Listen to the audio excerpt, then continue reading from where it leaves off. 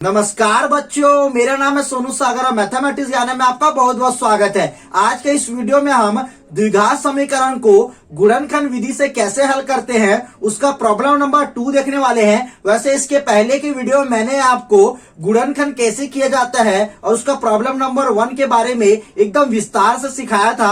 अगर आपने उस वीडियो को नहीं देखा है तो प्लीज जाके उस वीडियो को भी देख लीजिए, मैं डिस्क्रिप्शन में उस वीडियो का लिंक डाल दूंगा। तो देखिए बच्चों, सबसे पहले आपको क्या करना है, जब भी आपको ऐसा कोई समीकरण दिखे उसे हमें कोई नाम दे देना चाहिए। तो आइए इसे नाम दे देते हैं। इसे हम नाम दे देते हैं समीकरण 1। ठीक है, आप इसे कोई भी नाम दे सकते हैं। मैंने इसे समीकरण 1 नाम दे दिया। ठीक है, अब आपको क्या करना है, कुछ नहीं करना है। ध्यान से देखिए, यहाँ पर x² लिखा हुआ है ना।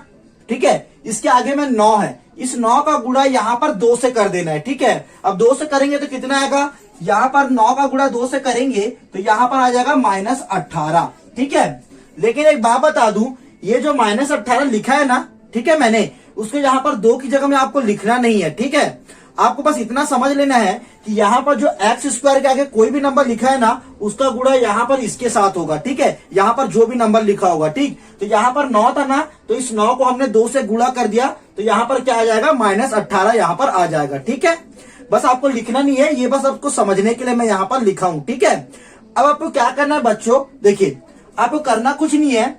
यहाँ पर जो ये बीच वाला भाग है, ठीक है, गुणनखंड विधि में हम करते क्या है, जो भी समीकरण दिया होता है ना, उसका जो मध्य वाला पार्ट होता है ना, उसे हमें 2 संख्याओं में तोड़ना होता है, मतलब 2 भाग में तोड़ना होता है। जैसे ध्यान से देखिए, यहाँ पर इस समीकरण का जो ये बीच वाला भाग है ना, -3x, इसे हमें कोई 2 संख्या में तोड़ना होगा, मतलब 2 भाग में हम इसे तोड़ेंगे। अब कैसे तोड़ सकते हैं, ध्यान से देखिए, आपको क्या करना है, जो भी दो संख्या आप लोगे ना, उन 2 संख्याओं को ना प्लस माइनस करके देखना है और आपको वापस से -3 मिले, ये करना है। ठीक है, उसका आपको क्या करना है, उन दोनों संख्याओं को गुणा करने पे आपको क्या करना है, ये -18 भी मिले, ये आपको ध्यान देना है। तो एक काम करते हैं, यहाँ पर एक संख्या ले लेता हूं मैं -6 और दूसरी संख्या ले लेता हूं +3।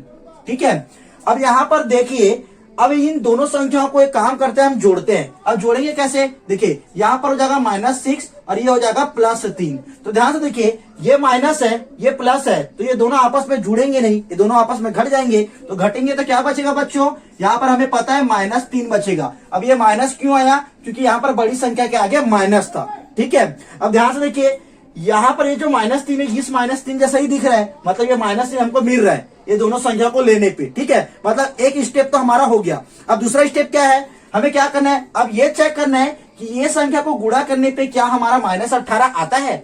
देखते हैं, तो देखिए -6 इंटू यहाँ पर +3 इज इक्वल टू यहाँ पर -18। ठीक है, तो देखिए यहाँ पर इन दोनों संख्याओं को गुणा करने पे -18 भी मिल रहा है और यहाँ पर इन दोनों संख्याओं को घटाने पे हमें क्या मिल रहा है, यहाँ पर -3 भी मिल रहा है। इसलिए हम क्या करेंगे, ये जो -3 लिखा है ना, इसे हम -6 और +3 में तोड़ सकते हैं। ठीक है, तो आइए अब हम इस -3 को तोड़ते हैं। तो कैसे तोड़ेंगे, सबसे पहले आप क्या कीजिए बच्चों, यहाँ पर आप लिख दीजिए 9x², यहाँ पर लिख दीजिए -6x और यहाँ पर लिख दीजिए +3x -2 इज इक्वल टू 0। ठीक है, क्योंकि हमें पता है इस संख्या को हम -6 और 3 पे तोड़ सकते हैं, ये हमको पता चल गया था। ठीक है, अब हमें क्या करना है बच्चों, कुछ नहीं करना है। ध्यान से देखिए, इतने हिस्से पे देखिए और इतने हिस्से पे देखिए, जो भी कॉमन दिख रहा होगा ना, उसे हमें निकालना है। तो सबसे पहले हम इतने हिस्से पे देखते हैं। इतने हिस्से पे देखिए क्या आपको कॉमन दिखेगा। एक काम करते हैं, यहाँ पर ना ये जो 9x² लिखा है ना, यहाँ से 3x² बाहर आ सकता है। ठीक है, तो पहले यहां से लिख देते हैं। देखिए यहाँ से 3x² और यहाँ से 3x को बाहर निकालते हैं। तो यहाँ से 3x को बाहर निकालो, 3x, तो यहाँ पर क्या बचेगा, ध्यान से देखिए, यहाँ पर से 3x बाहर आ गया तो यहाँ पर क्या बचेगा, यहाँ पर 3x बचेगा और देखिए यहाँ से 3x बाहर आ गया तो यहाँ पर बचेगा 2। ठीक है, -2 बचा। ध्यान से देखिए, मैंने किया क्या है, कुछ नहीं किया हमने। देखिए, अगर मैं इस 3x का गुणा करूंगा इस 3x से, तो वापस से हमें 9x² मिल जाएगा।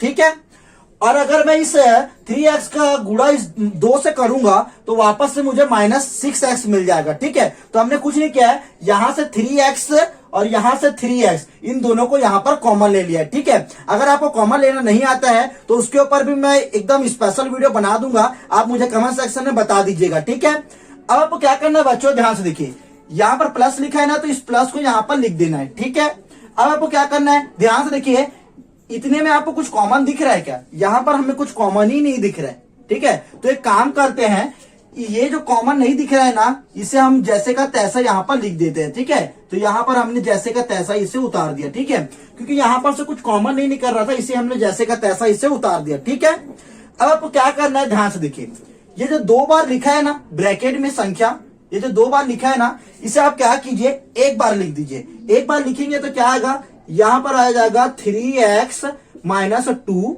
ठीक है, और ध्यान से देखिए बच्चों, यहां पर इस ब्रैकेट के आगे कुछ नहीं लिखा है, इसका मतलब यहां पर क्या है, इस ब्रैकेट के आगे कुछ नहीं लिखा है, मतलब यहां पर 1 है।